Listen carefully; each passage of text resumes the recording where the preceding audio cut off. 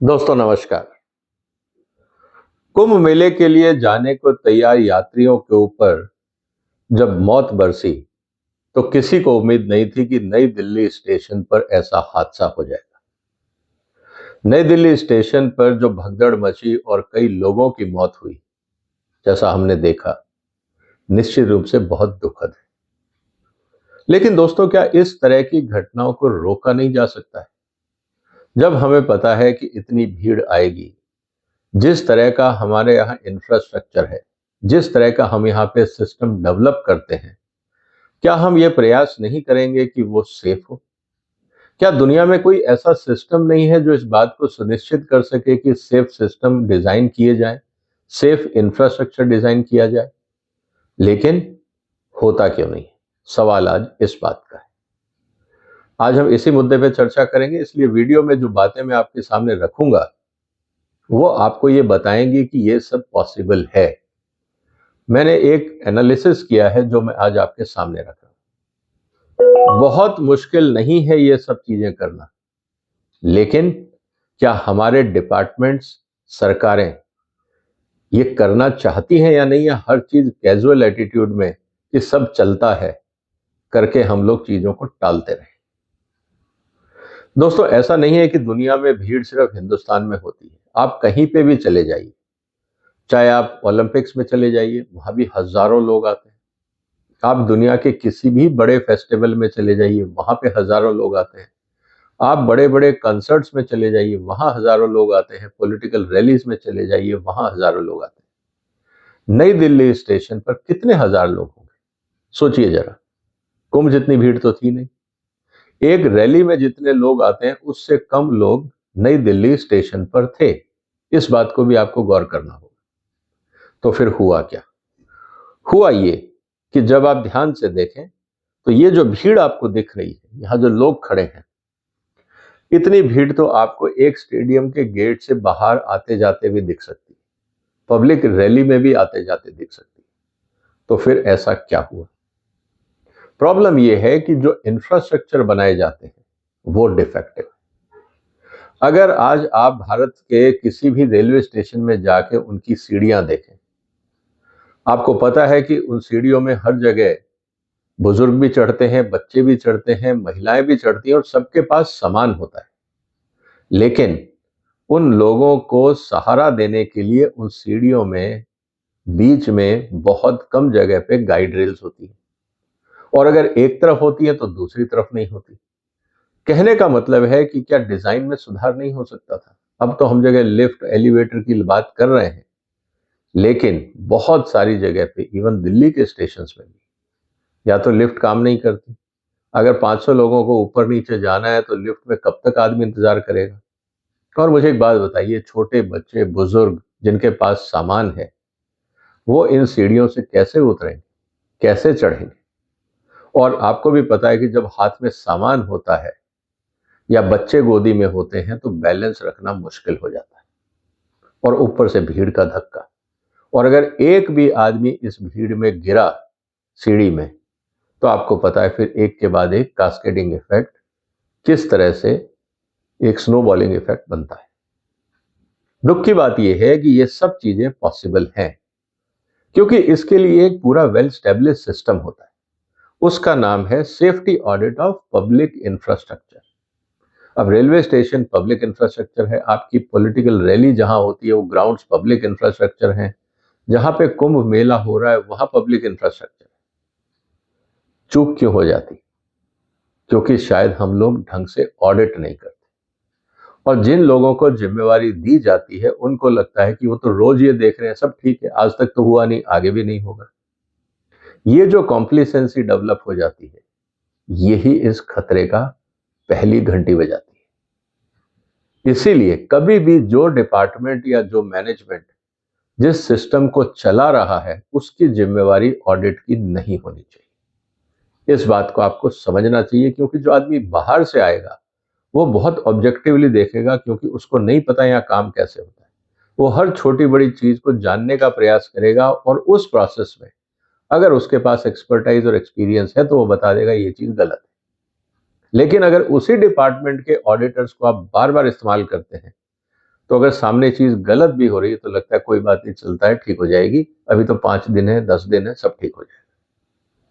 Problem auditing में यही होती है कि बहुत ज्यादा उसी डिपार्टमेंट का जो एक्सपीरियंस्ड आदमी है उसको उसकी सेंसिटिविटी का ध्यान नहीं रहता। इसीलिए सबसे इंपॉर्टेंट चीज क्या है दोस्तों? Systematic inspection. उसी डिपार्टमेंट का जो आदमी, अगर आप बार बार उससे कहोगे कि इसको ठीक करिए, तो वहां सिस्टमैटिक इंस्पेक्शन कॉम्प्रोमाइज हो जाता है। और सबसे इंपॉर्टेंट चीज क्या है कि चाहे वर्कर्स हो या पब्लिक हो, उनकी सेफ्टी कॉम्प्रोमाइज होती है। ये बात हमें समझनी होगी। और जब हम इसकी बात करते हैं तो इस बात को हमें समझना होगा कि ऑडिट के पर्पस क्या है। सेफ वर्क एनवायरनमेंट, जो रेलवे का स्टाफ है, सिक्योरिटी स्टाफ है, मेंटेनेंस स्टाफ है, वो ढंग से काम कर सकें। Reduce unsafe act and unsafe conditions, सीढ़ियों से गिरना, फर्श टूटे होना, पानी का जमाव होना, रेलिंग्स प्रॉपर ना होना, गेट का साइज कम होना, भीड़ ज्यादा होना, ये सब चीजें अनसेफ कंडीशंस कहलाती हैं। और ये इस सब के नॉर्म्स हैं, लेकिन उन पे ऑडिट हुआ कभी? हम ये कह के छोड़ देते हैं कि साहब क्या करें, आबादी इतनी ज्यादा है, हम सेफ्टी कैसे इंश्योर करें? लेकिन एक्सीडेंट के बाद वही डिपार्टमेंट, वही सरकार उन्हीं कानूनों के तहत सेफ्टी इंश्योर कर लेती है। आप मजे की बात देखिए, एक्सीडेंट से पहले सब जस्टिफिकेशन दिए जाते हैं कि सेफ्टी क्यों नहीं होगी, क्यों नहीं पॉसिबल है। लेकिन जब एक बार हादसा हो जाता है तो वही डिपार्टमेंट सारे कानून, कायदे, एसओपीज बदल के एक नया सिस्टम लेके आता है जिससे कंडीशंस इंप्रूव होती हैं और सेफ्टी इंश्योर होती है। सवाल यह है कि यह पहले क्यों नहीं किया गया? यहीं पे आती है राजनीतिक इच्छा शक्ति, पॉलिटिकल विल। अरे यार, लोग नाराज हो जाएंगे, क्यों लोगों को करें, लोग कहेंगे सरकार तंग कर रही है, सरकार परेशान कर रही है। हम उस समय गुडविल के चक्कर में सेफ्टी से कॉम्प्रोमाइज कर जाते हैं, और यही होता रहा है इस देश में। उसके बाद एंश्योर सेफ प्रोसीजर्स। अगर आपका वहां पे सेफ कंडीशंस हैं, पोटेंशियल वीकनेसेस। अब जब भी आप सिस्टम देखते हैं तो आज भी दिल्ली मेट्रो के अंदर, मैं आपको एक, शायद हिंदुस्तान का सबसे खराब इंफ्रास्ट्रक्चर अगर कहीं है तो एक कनेक्टिंग ब्रिज है साउथ कैंपस से लेकर जो धौला कुआं मेट्रो स्टेशन है उसके बीच में 1.1 किलोमीटर का, उसका मैंने पूरा वीडियो बनाया। उतना खराब और बैड प्लानिंग इंफ्रास्ट्रक्चर और उतना महंगा इंफ्रास्ट्रक्चर मुझे नहीं लगता हिंदुस्तान में कहीं होगा। और मजे की बात, वो अंडर यूटिलाइज्ड है, इतना पैसा खर्च है, लेकिन उसको देखने वाला, उसकी ऑडिट करने वाला कोई नहीं।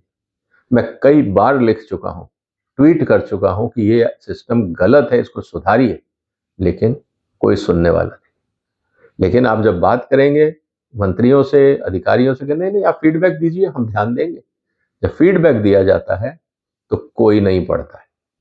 नेशनल हाईवे जिसको प्रधानमंत्री जी ने इनॉग्रेट किया था, उससे पहले जब वो नेशनल हाईवे बन रहा था, मेरे घर के सामने है, तब मैं कह रहा था उसके टर्निंग डिफेक्टिव है, उसका ड्रेनेज सिस्टम डिफेक्टिव है, बारिश आएगी वहां नदियां बन जाएंगी। आज तक वही हो रहा है। लेकिन बनाते समय जब मैं इनको फीडबैक दे रहा था, औरों ने भी दिया होगा या उनका इंजीनियरिंग डिपार्टमेंट भी है, किसी ने आके उसको क्रॉस वेरीफाई नहीं किया कि अगर एक नागरिक ऐसे बोल रहा है कि यहाँ गड़बड़ है तो उसको चेक किया जाए। कोई देखने वाला नहीं। गलत कर्व्स बने हुए हैं, गलत ड्रेनेज सिस्टम है, नालियां भर जाती हैं, पानी में वर्चुअली फ्लडिंग हो जाता है, और एक्सीडेंट प्रोन टर्निंग्स है। और मंत्री जी कहते हैं कि हम हर फीडबैक को ध्यान से देखते हैं। मैंने कम से कम 50 फीडबैक किए होंगे ड्यूरिंग कंस्ट्रक्शन, कुछ नहीं हुआ। तो ये बातें अनफॉर्चुनेटली हमारे लिए एक प्रॉब्लम बाद में बनती है। फिर mitigate risk and optimise performance, ये तो होना ही चाहिए। अब सवाल इस बात का है कि रास्ता क्या है, तरीका क्या है। इसमें इंपॉर्टेंट चीज क्या है दोस्तों, जो हमें समझनी पड़ेगी, वो है inspecting the physical infrastructure for faulty wiring, slippery floor, support, unsafe machinery. वहां पे क्या है, आज आप रेलवे स्टेशन पे जाइए, नेक्स्ट टाइम जब आप बस स्टैंड या रेलवे स्टेशन या स्टेडियम कहीं पे भी जाते हैं, अब वहां देखिएगा कि क्या एक महिला एक हाथ में बच्चा, दूसरे हाथ में थैला लेके आसानी से चढ़ पाएगी? जो सीढ़ियां वहां डिजाइन की गई है, क्या बुजुर्ग महिला अपना लगेज लेके उस पर चढ़ पाएगी? आप खुद सोचिएगा। तब आपको पता लगेगा कि कितने डिफेक्टिव इंफ्रास्ट्रक्चर है। एक व्यक्ति जो दिव्यांग है, फिजिकली चैलेंज्ड है, क्या वो इन इंफ्रास्ट्रक्चर पे चढ़ सकता है? हमें तो उसके लिए कानून बनवाने पड़े, क्योंकि हमारे यहाँ इतना गंदा इंफ्रास्ट्रक्चर था कि इंसान भी उसको इस्तेमाल नहीं कर सकते। तो ये स्थिति थी। अब सवाल क्या है? अब सवाल इस बात को लेकर है कि safety equipment like fire extinguisher, first aid kits. आज आप जाके फायर एक्सटिंग्विशर देख लीजिए, फर्स्ट एड किट्स देख लीजिए, बॉक्सेस खाली। हर प्लेटफॉर्म पे हम लगा नहीं सकते क्योंकि चोरियां हो जाती हैं। तो स्थिति बड़ी विचित्र है कि कैसे सिस्टम भी मैनेज करें। फिर existing safety major complies with regulation and industry standards. अब रेगुलेशन तो है ही नहीं। अगर रेगुलेशन होता तो रेलवे में जो हादसा हुआ नई दिल्ली स्टेशन पर, क्या वो होता? इसका मतलब अगर रेगुलेशन है तो रेलवे ने फॉलो नहीं किया।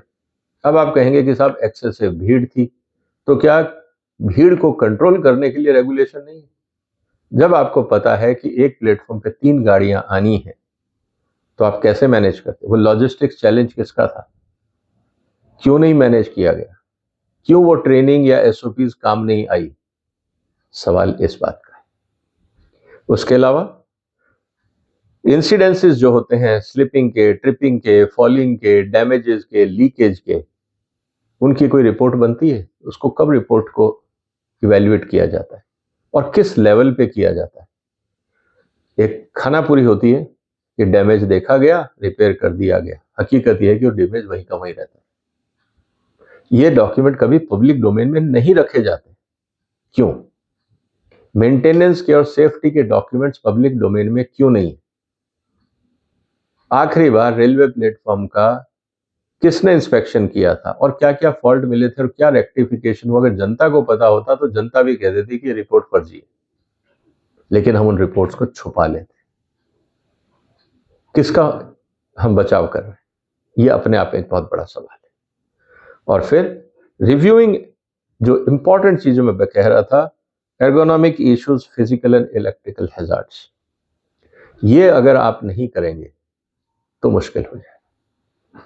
क्योंकि सिर्फ बिजली ठीक है, खंभा लगा हुआ है, लेकिन वहां पे चुभ रहा है, वायरिंग निकली हुई है, नट बोल्ट निकले हुए हैं, कपड़े फट रहे हैं, लोगों को सपोर्ट नहीं मिल रहा है, रेलिंग टूटी हुई है या उसकी वेल्डिंग निकली हुई है, हाथ छिल रहे हैं, ये सब कौन देखेगा? क्योंकि अधिकारी तो इस्तेमाल करते नहीं, वो दूर से इंस्पेक्शन करके चले जाते हैं।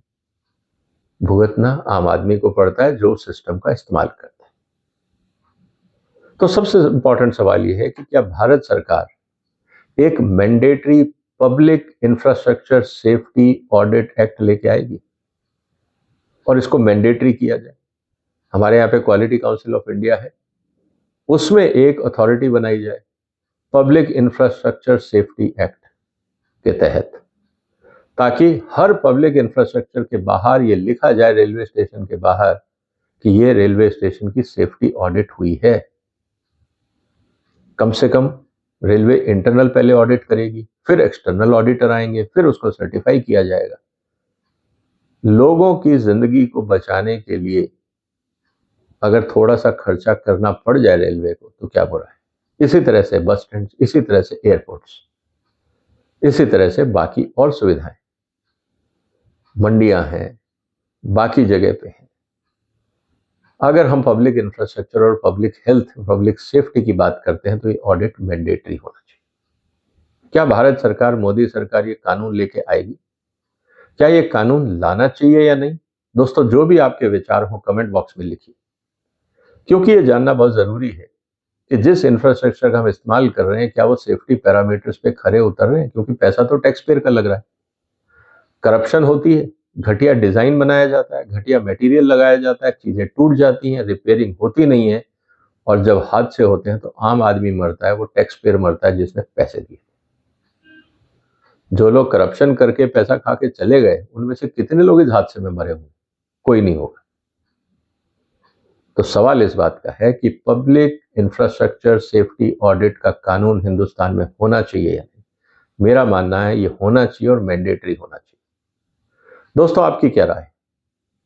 आप अपने विचार कमेंट बॉक्स में लिखिए। फिर मुलाकात होगी एक और महत्वपूर्ण मुद्दे के साथ। तब तक आप इस वीडियो को शेयर करिए, इस चैनल को सब्सक्राइब करिए। अपना ध्यान रखिएगा। फिलहाल वंदे मातरम।